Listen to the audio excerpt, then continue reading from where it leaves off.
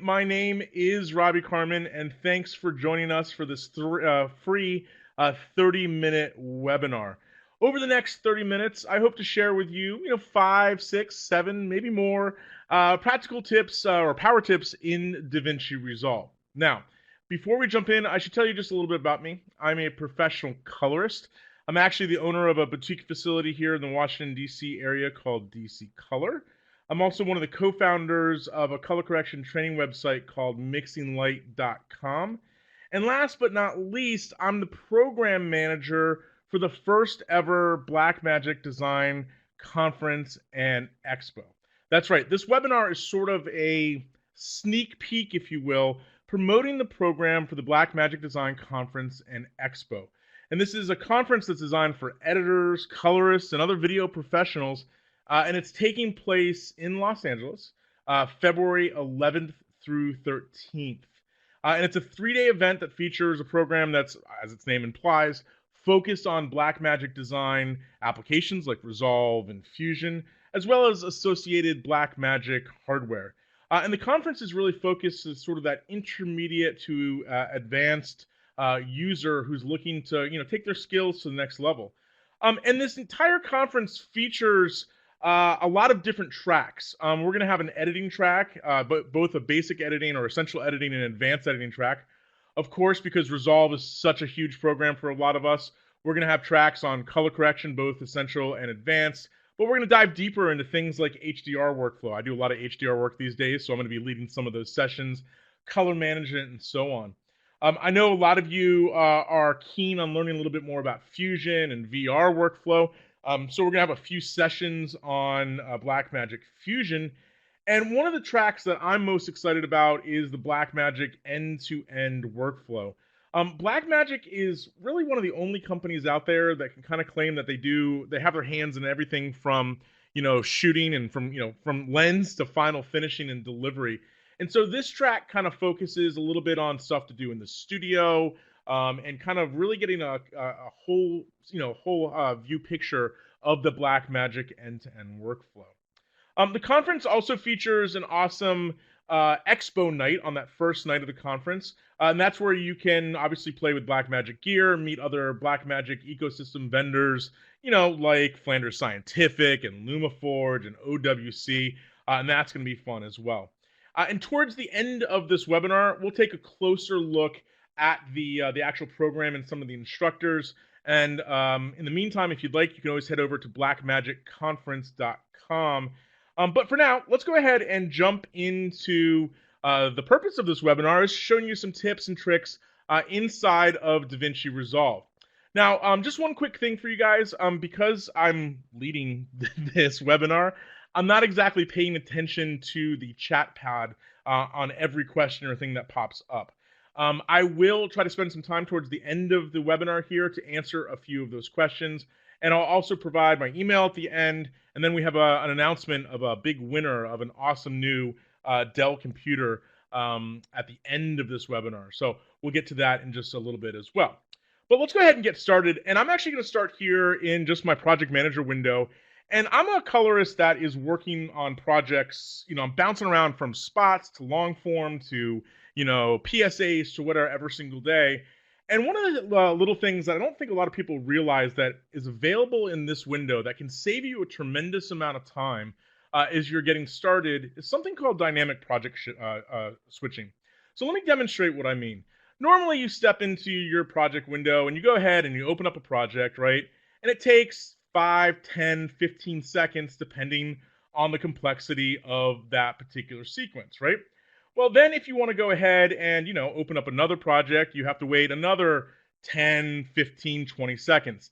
And this delay can go even further if you have a ton of stills, multiple still pages, if you're loading a lot of lookup tables, if your resolution's very high, if there's cache files, there's a whole bunch of things that can contribute to the length that it takes a project to open.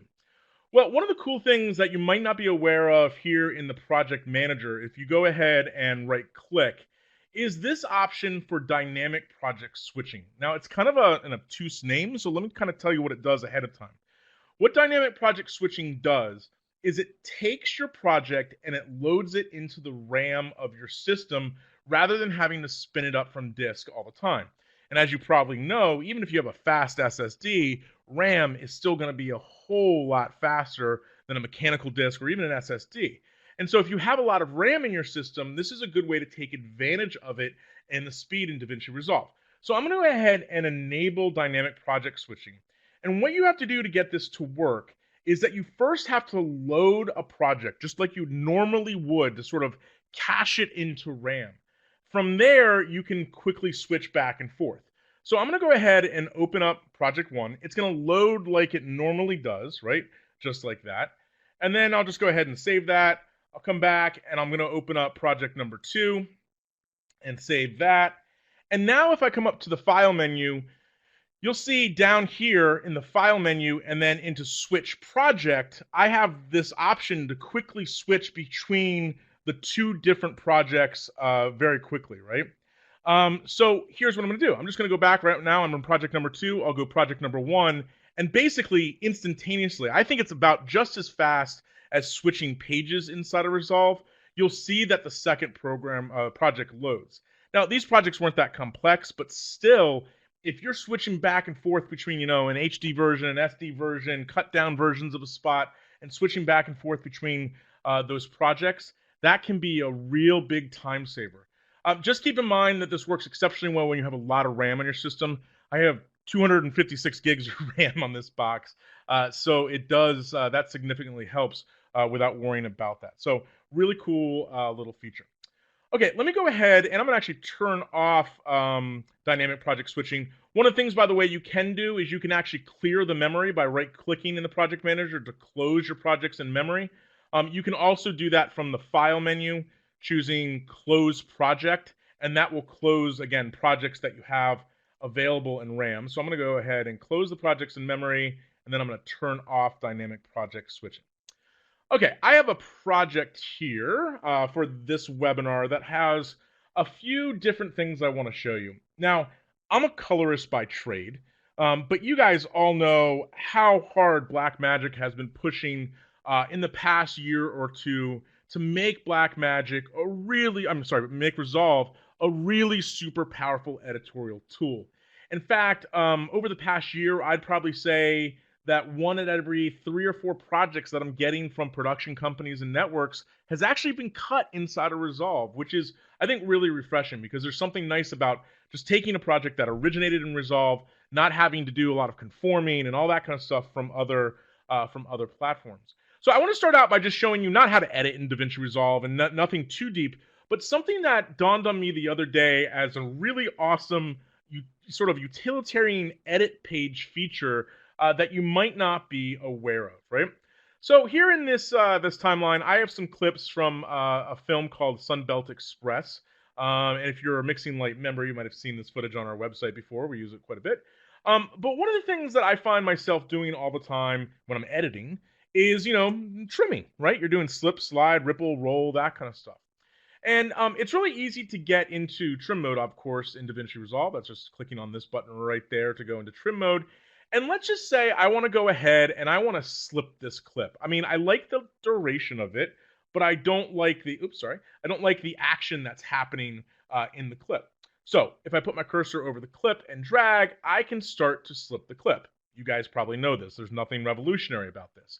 But pay attention to what's going on up in the program monitor, right? We're seeing this 4-up view. What you're seeing on the top row as I move back and forth is if I was to let go here, it's the new in point and new out point of the clip that I'm slipping. And then on the bottom row, it's the last frame of the first clip and the first frame of the third clip in this timeline. Standard slipping stuff, right? Nothing revolutionary about that. And the mechanics of slipping are pretty much the same as they are in other applications. But here's the deal, and this is what kind of drives me crazy sometimes about this mode, is that I actually, maybe for purposes of timing up an edit or a beat of music or something like that, I actually want to see the frame that's under my playhead while I'm slipping and get that lined up just right versus the in and out points of the clip I'm slipping. And if you don't realize that this option is available, it's one of those things when you do realize that you're like, oh my God, how did I live without this? And it's up here in the view menu. In the view menu, if I come down to the bottommost part of this menu, and I'll zoom in here a little bit so you can see this, there is an option right here for enable preview during editing. And this is the default option. And that allows me to see that 4-up view that I saw in my program monitor. But here's the deal. If I go ahead and I turn that option off, you can also use the keyboard shortcut Shift Q. When I go to slip now, what I'm actually going to see is the frame that my playhead is on, not that in and out point of the slip. So if I'm trying to time up a perfect edit, like I want the car to be right on that corner of the other car, right when a beat of music or something hits, I can do that instead of seeing the in and out points. And of course, if I want to go back to the regular way of doing it, Shift Q again, and then I get that 4-up view back the normal way it works. I also find this particularly useful if I have to do like stock swaps, right? I don't have time code that lines up, but I have to like visually match up clips. It's nice to put a clip up on V2 and then use that slip functionality to go back between it. Okay, let's move right along. I'm going to go over to this timeline, and I want to talk a little bit about the idea of LUT workflow. And so LUTs are one of those things I think that obviously everybody talks about these days. I mean, you can only have to go on places like Facebook and Twitter and all that, those kind of places, to realize that everybody has an opinion about lookup tables. And I'm not here to argue the usefulness of lookup tables. I sometimes use them, I sometimes don't. But what I find a lot of new users doing is trying a LUT, then going, oh, that doesn't work so well, and then trying another LUT, and then another LUT, and then another LUT.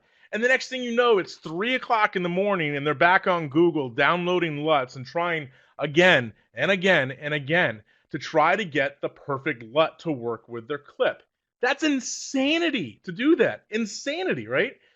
The thing about lookup tables or LUTs is that they are just simply dumb math, hard-coded math. They don't know how your clip is exposed with the saturation of that shot and so on is, right? So oftentimes when you apply a LUT, it's not going to look pretty good because the hard-coded math of the LUT.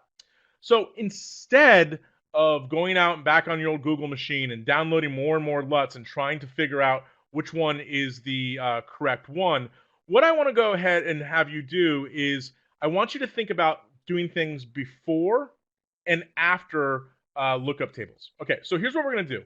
In this particular shot, this is actually from a Blackmagic camera. I pulled it from the Blackmagic website. I'm just going to simply right-click on this node right here, and I'm going to come down to 3D LUT. And it so happens inside of DaVinci Resolve, as you would expect, there's a Blackmagic design category. And I'm just going to go ahead and choose, if I can get this menu to work, there we go, Blackmagic design. I'm just going to go ahead and choose Blackmagic Cinema Camera, because this is a cinema camera shot. Film, which is Blackmagic's log mode to Rec 709. Go ahead and choose that, and it should be perfect, right? Oh. I guess it's perfect if you like super blown out skies and like, pea soup green trees and grass. That doesn't look so good, right? So at this point in time, if you're like a lot of other people, you go, oh, well, it just must be that I need a new LUT. And so you go on the computer and you search for a new LUT, you download that, you install it, and then you go, oh yeah, you know what? It was supposed to be 4K version. All right, that's better, but it has a different set of problems. What I would like you to stop doing is messing with 1,000 hours of trying to the LUTs. I'm going to go to this really horrible one and kind of prove it to you. Instead of trying new LUTs, what I'm going to do is take this node and I'm going to place a node in front of it, right? I'm going to do Shift S on my keyboard. That adds a node before the current node. This is the one that already has the LUT applied. And what I'm going to do with this node that comes in front of the LUT is sort of massage or prepare this shot for the lookup table. You can see down here on my waveform that I definitely am clipping out the top of this image. All the detail in those clouds are totally gone, right? So just using lift, gamma, and gain, my primary wheels down here, I'm going to take my gain control and drag down quite a bit until I restore the detail in those clouds, right? Yeah, and I'm going pretty far with it, right? Because I'm trying to really restore that. Don't worry that I've dimmed up the image quite a bit. That's totally fine. And then I'm just going to take a little bit of that green out of the image, maybe something like that, and just a little less saturation. Okay, so I've definitely restored some of the detail here, but now I've like made the shot way too dim and whatever, right? Well, now what I can do is go after the node with the LUT. I'll select the node with the LUT and do Option or Alt S this time. And now I have a node after the LUT. And on this node, because the processing is happening after the LUT, I can go back and restore some of that brightness, right? Without having to worry about these clouds getting totally clipped out again because it's after the processing of the LUT. So when you start thinking about working with LUTs, this kind of 3-node approach before, then the LUT, and then after the LUT is a good way of kind of going about things. And this has practical purposes too. I'll show you this shot. This is a shot from the music video that I worked on. I'm just going to right click and I don't know, I'll do one of these Blackmagic film looks. These are LUTs that come stock with DaVinci Resolve. I'll choose this Rec 709 to Rec 709 Kodak D65 look. And it kind of provides, a very high contrast, kind of stylized look. And you'll notice down here in my waveform, yeah, it's a little clipped out. That's fine. We could probably fix that. But part of that is just the look of these windows. But I want you to notice the bottom of the waveform here, where the bottom is not really ever touching 0. And if you know anything about a waveform, 0 represents black. So what I'm going to try to do on this node, I could also do it on a node before the one with the node, the LUT. I'm going to try to bring my lift or my shadows down, and I'm just going to drag, and I'm going to drag, and I'm going to drag, and I'm going to drag. And no matter what I do, no matter how far I drag, I am never going to be able to get the bottom of this waveform to ever touch 0. Why is that? Again, it's the hard-coded dumb math of the LUT. This LUT says, don't let anything go below this value, right? But if I go ahead and delete this node right here, if I add a node after the processing of the LUT and do that same lift operation by dragging down, because I'm doing that post LUT operation, there you go. You can see that I can bring that waveform down and actually have the bottom of it touch 0, right? So again, LUTs are not complicated. People just make them more complicated than they are. Sometimes you have to do stuff before and after those LUTs. All right, moving right along. Let's jump over to talk about a couple really cool new features in DaVinci Resolve. DaVinci Resolve 14, when it came out, a lot of people said, oh man, there's not that many new cool color features. Because what they were thinking, they were looking at the main interface here, these panels of curves and keyers and all that kind of stuff, and saying, oh wow, there's not a whole lot new here. Well, what the team at Blackmagic decided to do was put a whole bunch of new functionality into DaVinci Resolve when it comes to color, but they just didn't do it in these main palettes. Where they did it is with Open Effects. So if I click on the Open Effects button up here, you can see that I have a nice long list of Resolve effects, and I also have some third-party OFX installed on my machine. And there's a lot of new ones. I'm not going to talk about them all, of course, but I want to talk about one that has kind of a stylized purpose, and then I think has a really practical purpose that you might not think of to use every single day. And I'm going to start out by searching here in the Open Effects window. I'm going to search for Warper. There is the Warper effect. So I can simply drag that out into my node graph. There it is. It's a new Resolve Effects or Open Effects node. And then I'm going to connect that up to my grid. Okay, so there it is. Now over here in the controls for the Warper, if I zoom in there, you can see there's things like how to control the warp limits and some stuff for on-screen controls. We'll get back to a few of those things in just a minute. But when it comes to the Warper, most of the fun actually happens here in the viewer itself. So if I wanted to add a warp point, all I need to do is click and drag, and that obviously warps the image, so you get something totally ridiculous and silly like this that serves no purpose whatsoever. Let me go ahead and reset that. You can limit a warp by adding a warp limiting point. The way that you do that is that you shift click, and when you shift click, you get these red dots, and then if I just regular click to add a warp point, you'll notice that my warp is kind of protecting this side of the frame where I put those limits. So let's do something practical with the shot. All the time in fashion, and unfortunately, even in narrative stuff, directors and producers kind of want to, beautify people. That might be skin smoothing, but in this case, it might be something like going ahead and making this actress a little more slim. So what I'm going to do is I'm going to shift click around her head, adding some limit points like here, here, here, here, here, here, and here. And then what I'm going to do is I'm going to add a regular warp point here, and I'm just going to drag in ever so slightly. I'll add another one on this side to slim her up just a little bit. Now, with some of the on-screen controls, there's a couple neat things here. I can show a grid, so I can actually see how I am, kind of warping the image. Turn that back off. I can show my boundaries of the warp, right? I can see that as a border, just like that. You can see that's connecting on my warp limit points. I can see that same thing as a mask as well. One of the cool things I can do is I can show my visibility either to show all the time like it is now, hide, or auto hide.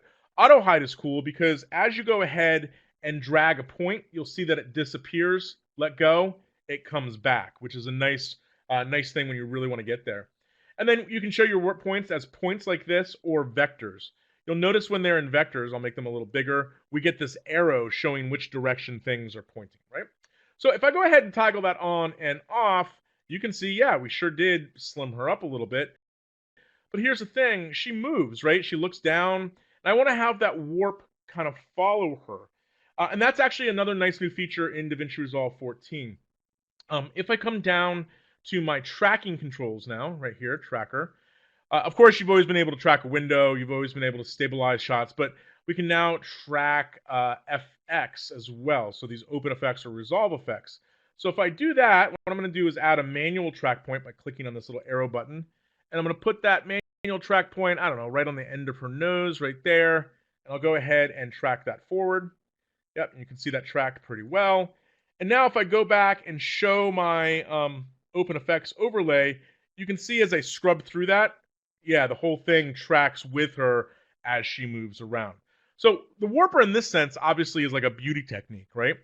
But the way I'm finding myself using the warper is actually to really help out DPs to reframe a lot of shots, especially in interviews, but I'm going to show you it quite simply on a shot like this as well.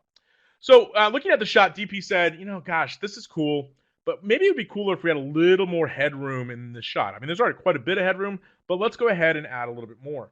So what I'm going to do here is I'm going to tilt the shot down just so the front of the bumper is on the edge of the frame. We'll tilt that down to something like that, maybe just so the headlights are there. There we go. Now, obviously, I have all this black space at the top now, right? But if I go ahead and take my warper, drag it back out to my node graph, and drag it into the grade, there we go. What I'm going to do is I'm going to change some of the effect options here. Instead of warping by default to the corners, I'm going to make this a manual warp, and that will kind of allow me to freeform warp the shot. Right along the edge of the horizon here, I'm going to shift click to add some warp limiting points. There we go, and there we go. And then I'm just going to click and drag up here in the corners, and now I have instant headroom. I'm much easier than doing node sizing and repositioning that way. I now have basically expanded and warped this sky. Now, obviously, this works well because it's a fairly kind of, homogeneous sky. If you have a lot of detail and patterns, that kind of thing would be a little bit more difficult. But you can see really quick, we added a lot more headroom. And I do this all the time on things like interviews where we just have like a plain background or something that was shot a little too tight. Really easy to create that room. Okay. One of the things that I don't think a lot of people think of Resolve as being capable of doing is the idea of green or blue screen keying. I think a lot of people, their default position would be to jump out to After Effects or Blackmagic Fusion or other tools that have pretty advanced keying tool sets. I've actually found myself these days doing a lot of keying directly inside of DaVinci Resolve. Here in this timeline, you can see that I have a foreground layer of this woman, right? She's got a little fan blowing in her hair and everything. And then I have this background plate of, I don't know, I just picked one at random, these mountain shots out in Wyoming, right? So I want to be able to key her over the mountain shot. So here's how we're going to do that. Back over here on the color page, I'm going to go to my key controls. And you guys are probably pretty used to using their HSL qualifier, right? Hue, saturation, and luminance. But a lot of people have kind of scratched their head about what is this 3D keyer good for?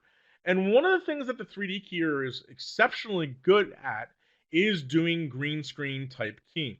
So here's how it works. I'm simply going to go up to the viewer here and I'm going to draw on the screen. I'm going to draw some lines, and those lines will make a selection.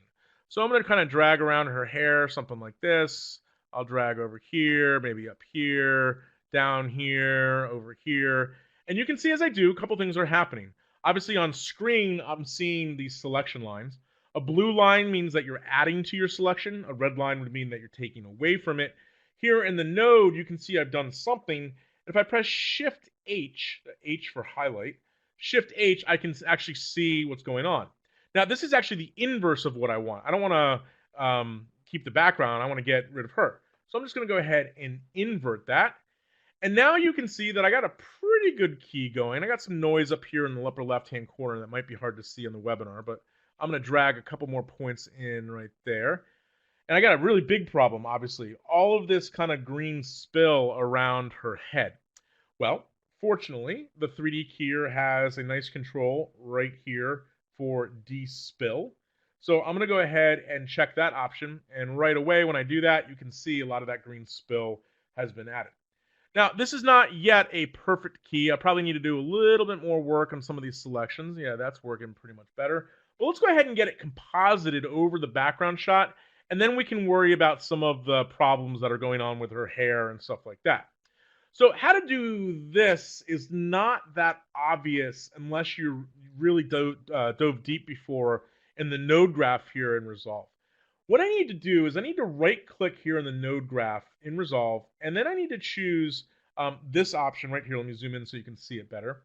And that is to add an alpha output, an alpha channel or transparency output to this clip.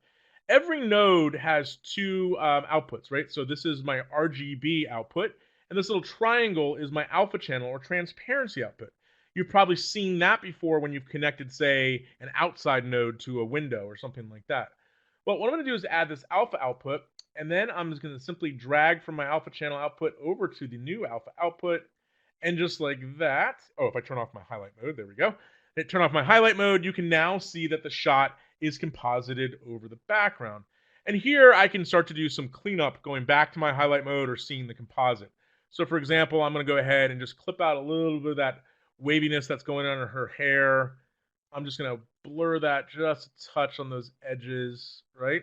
And a lot of times this can give you super passable keys, especially if you spend a little more time than I'm doing cleaning up some of the edges. Now, here's the other really cool thing about this that you might not be aware of, and that is the ability to actually export this. If you use a format that supports an alpha channel and you render an individual clip, you can't do this on a whole timeline, obviously. You have to do it on an individual clip.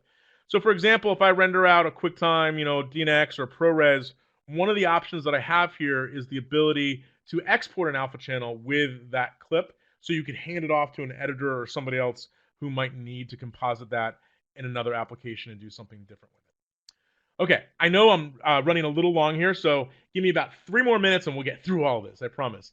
Let me jump over to talking a little bit about some skin smoothing stuff. I do a lot of beauty work, a lot of commercials where the appearance of people is really important. And I kind of want to show you 2 quick tips on how to do this. Tip number 1 is a really simple way of doing things. So this woman looks nice. I love her eyes. She has nice sparkly lips, but her skin is a little textured. It's not bad. I think she actually looks really nice. But a lot of commercial directors want people to just look a little more polished than they are. So what I'm going to do is go ahead and add a new node here in my node tree, and I'm going to key her face with the HSL keyer. Right? So I'll just select part of her face. Let's see our selection. Yeah, that's looking pretty good. We'll clean that up just a little bit. Yep. All right, perfect. Let's say for sake of argument, that's good right now. One of the tools that I love using for beauty work is found down here in the primary tab palette, and on page number 2, and that is midtone detail. Midtone detail is a tool that a lot of people know as, things like clarity. It's kind of midtone sharpening. And if you add positive values of it, you can really kind of make things nice and crunchy, right? Age people, make them look super textured, that kind of thing. But if you do negative values of it, just a little bit, say minus 30 or so, you can start getting a nice glossy look on people. And when you combine that with a key, like I'm going to do here, so I'll just go ahead and toggle that on and off, you can see, so here's before, kind of crunchy, after, a little softer. You can create some really nice looks to people. You just want to be careful that you don't overdo negative midtone detail, or you'll start getting that kind of Barbara Walters type effect. And then finally, if you're looking for a more advanced way to do this skin smoothing, there is an awesome new feature in OpenFX, and that is under face refinement. Here it is, face refinement. It's a new OFX. If I take that and drag it into my grade, what I can do is analyze a shot. And what it's doing is it's actually creating a pretty sophisticated mask. I can actually show you that mask. There it is, right there. I'm going to go ahead and turn off the overlay. And at the very top of these controls, I can do things like adjust smoothing, which is kind of similar to what I just did with my negative midtone detail. So if I bump in just a little bit more skin tone smoothing there we go. Let's get to a shot where their eyes are open. There we go. I can do things like eye retouching, so I want to definitely sharpen up her eyes just a little bit. I'm going to brighten those eyes ever so slightly, and then maybe just bring a little eye light into there. You notice that she has a little bit of bags under her eyes. No problem. We can just simply go ahead and remove those eye bags. And then we can touch her lips, her face, her forehead. I find this tool to be really, really useful in some situations. Some people, it looks a little kind of hocus, a little fake, a little hokey. But try it out. It's a really kind of useful tool for doing beauty type work. All right, if you indulge me for one more minute, I want to show you one more cool little tip, and then we'll wrap up. I do a lot of work with DaVinci Resolve, obviously, but also with working with red footage. I find that probably 1 out of every 3 projects that I work on is shot on red. I don't know if that's just because, the resolution thing and everybody's attracted to that. It seems these days it's either red or Alexa. And, in the past, working with red has been, I don't know, I want to say challenging, but, it's been confusing a lot of times. And let me explain what I mean. Here I have an 8K R3D. This is off the new helium sensor. This is a shot from a film that I worked on called The River and the Wall. And you can see the shot is pretty dark. It doesn't look great right now. Well, if I come down to my camera raw settings, because again, this is an R3D. This is a raw clip. And I zoom in here, you can see that right now, this clip is using Dragon Color, and it's using Rec 709 as its gamma curve. And I think to new users of raw workflow, especially working with red, like this is mega confusing. Because if you look at this, if like I click into the color space menu, there's like a million different things here of choices to choose for color space and a ton of different options for gamma curve. And like I think a lot of new users to raw and to red especially, we're really kind of like, what do I do? What choice do I make here? Well, the thing about these options is that if you talk to an experienced colorist, they're really just a preference. They're a starting point to get the most out of the tools for the rest of your grade. There's no right or wrong when it comes to which combination of some of these settings to choose. But recently, Red sat down and really kind of rethought the way that these tools should work, and they were especially considering getting better image quality, making things simpler, but also with an eye towards high dynamic range or HDR workflows. And so they call this new processing pipeline, Red calls this new processing pipeline IPP2. And it is dramatically simplified working with red footage. And the first stage of it happens down here in the camera raw controls. Under color space, what I'm going to do is go ahead and choose this option, Red Wide Gamut RGB. You can pretty much ignore all the other options these days and just choose Red Wide Gamut RGB.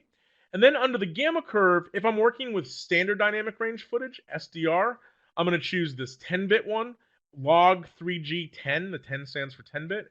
If I was doing HDR or Dolby Vision or something like that, I would choose the 12-bit.